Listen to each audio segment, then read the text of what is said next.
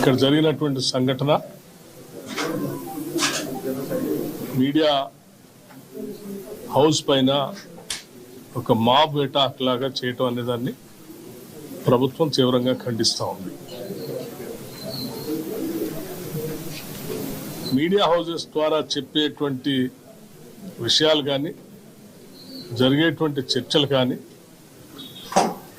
అవన్నీ ప్రజాస్వామ్యయుతంగా జరగాలని ప్రభుత్వం భావిస్తూ ఉంది. ఒకవేళ అలా జరగట్లేదని ఎవరైనా భావించి ఒక కుట్రపూరితంగా జరుగుతున్నాయని మీరు భావిస్తే దానికి నిరసన చెప్పడానికి చట్ట ప్రకారంగా ఉండవలసిన వ్యవస్థలన్నీ ఉన్నాయి. ప్రజాస్వామ్యయుతంగా శాంతియుతంగా కూడా నిరసన తెలియజెప్పచ్చు.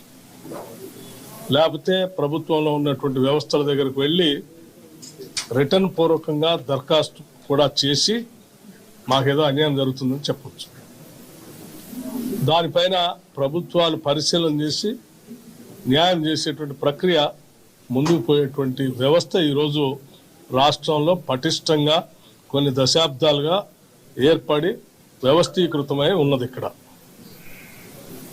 ఎంతో శాంతియుతంగా అభివృద్ధికి ఒక ఆనవాళంగా దేశమంతా హైదరాబాద్కి వెళ్ళి చూస్తున్నటువంటి ఈ పరిస్థితుల్లో పెట్టుబడులు పెద్ద ఎత్తున రావాలని, తద్వారా హైదరాబాద్ నగరంతో పాటు రాష్ట్రం అభివృద్ధి చెందాలని ఓ పక్కన ప్రభుత్వం పెద్ద ఎత్తున ప్రయత్నం చేస్తూ ఉంటే, అటువంటి ప్రయత్నానికి ఇక్కడ శాంతి భద్రతలు విఘాతం కలిగిస్తూ రాష్ట్ర అభివృద్ధికి, హైదరాబాద్ నగర అభివృద్ధికి ఆటంకం కలిగేలాగా ఇటువంటి ఆకతాయి పనులు కానీ లేకపోతే దుశ్చర్యలు కానీ ఇటువంటి ఆర్గనైజ్ దాడులు కానీ ఇది రాష్ట్రానికి, ప్రజాస్వామ్యానికి, ఈ రాష్ట్ర అభివృద్ధికి ఆటంకం కలిగించేటువంటి విధానం. ఇటువంటి వాటిని రాష్ట్ర ప్రభుత్వం ఎట్టి పరిస్థితుల్లో ఉపేక్షించదు. చట్ట ప్రకారం కఠినమైన నిర్ణయాలు కూడా ఉంటాయి. శాంతి భద్రతలు కాపాడే ప్రక్రియలో భాగంగా రాష్ట్ర ప్రభుత్వం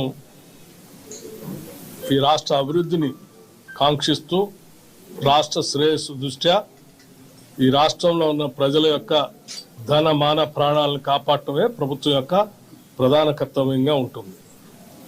ఈ ప్రక్రియకి అడ్డుపడి ఒక ఆర్గనైజ్డ్ క్రైమ్ చేయాలనుకునేటువంటి వాళ్ళని చట్ట ప్రకారం తీసుకోవాల్సిన చర్యలన్నీ కూడా తీసుకుంటుంది. ఇక్కడ జరిగినటువంటి దాడిని ప్రత్యక్షంగా చూడటం జరిగింది. జరిగినటువంటి సంఘటనకు సంబంధించిన వివరాలని పూర్తిగా వాళ్ళు వివరించారు. జరిగిన సంఘటనకు సంబంధించినటువంటి ఆధారాలు కూడా అలాగే ఎక్కడెక్కడే పడి ఉన్నాయి. దీనికి సంబంధించి పోలీస్, హైదరాబాద్ నగర సంబంధించినటువంటి పోలీస్ పూర్తిగా సమాచారాన్ని సేకరించి బాధ్యులైనటువంటి వారి అందరిపైన కూడా కఠినంగా చర్యలు తీసుకుంటుంది.